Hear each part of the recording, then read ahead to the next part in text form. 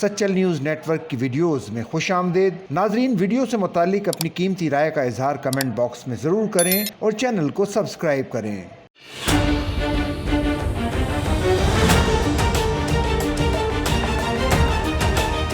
اسرائیل نے ایران کے خلاف جنگ چھیڑ دی۔ اسرائیل نے درجنوں مقامات پر فضائی حملے کیے۔ ان حملوں میں ایران کے چیف آف اسٹاف جنرل باقری اور 6 بڑے جوہری سائنسدان شہید ہو گئے۔ خواتین اور بچے بھی نشانہ بنے۔ ایران کے نطنز کے جوہری ری ایکٹر پر حملہ کیا گیا۔ ایران کے اہم جوہری اور فوجی اہداف کو نشانہ بنایا گیا۔ ایرانی میڈیا کے مطابق اسرائیلی حملے میں جوہری سائنسدان احمد رضا، کمانڈر ختم الانبیاء head quarter major general Ghulam علی راشد اور ان کا بیٹا بھی شہید ہو گیا۔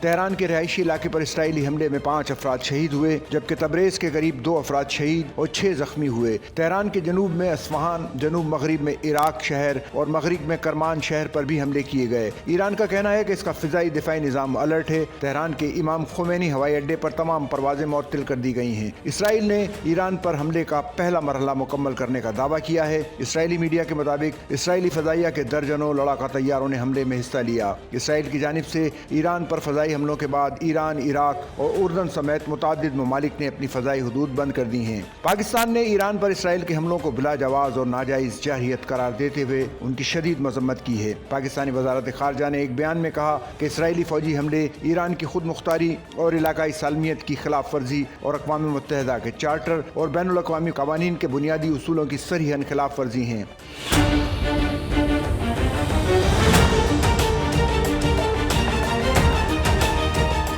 وزیر اعظم شہباز شریف نے ایران کے خلاف اسرائیل کے حالیہ حملوں کی مذمت کرتے ہوئے کہا کہ پاکستان قیام امن کے لیے ایران اور اپنے دیگر پڑوسی ممالک کے شانہ بشانہ کھڑا ہے۔ انہوں نے کہا کہ اسرائیلی حملے نے عالمی ضمیر کو جھنجھوڑ کر رکھ دیا ہے اور خطے کو شدید ترین عدم استحکام سے دوچار کر دیا ہے۔ وزیر خارجہ اسحاق ڈار نے اسرائیلی حملے کو ناجائز اور انتہائی قابل مذمت قرار دیا۔ چیئرمین پیپلز پارٹی بلاول بھٹو زرداری نے اسرائیلی حملے کو وحشیانہ اور ناقابل قبول قرار دیا۔ انہوں نے اپنے بیان میں کہا کہ وہ اس مشکل لمحے میں ایران کے عوام کے ساتھ ہیں۔ انہوں نے تمام امن پسند ممالک اور اقوام متحدہ سے اپیل کی کہ مل کر جنگ بندی کی کوششیں کی جائیں۔ اسرائیل کی جانب سے ایران پر کیے گئے حملوں نے نہ صرف مشرق وسطی بلکہ پوری دنیا کو ہلا کر رکھ دیا ہے۔ جبکہ تہران میں جوہری تنصیبات اور اعلیٰ فوجی حکام کو نشانہ بنایا گیا، وہیں عالمی برادری نے اسرائیلی کارروائی کو کھلی جارحیت قرار دیتے ہوئے سخت رد عمل دیا۔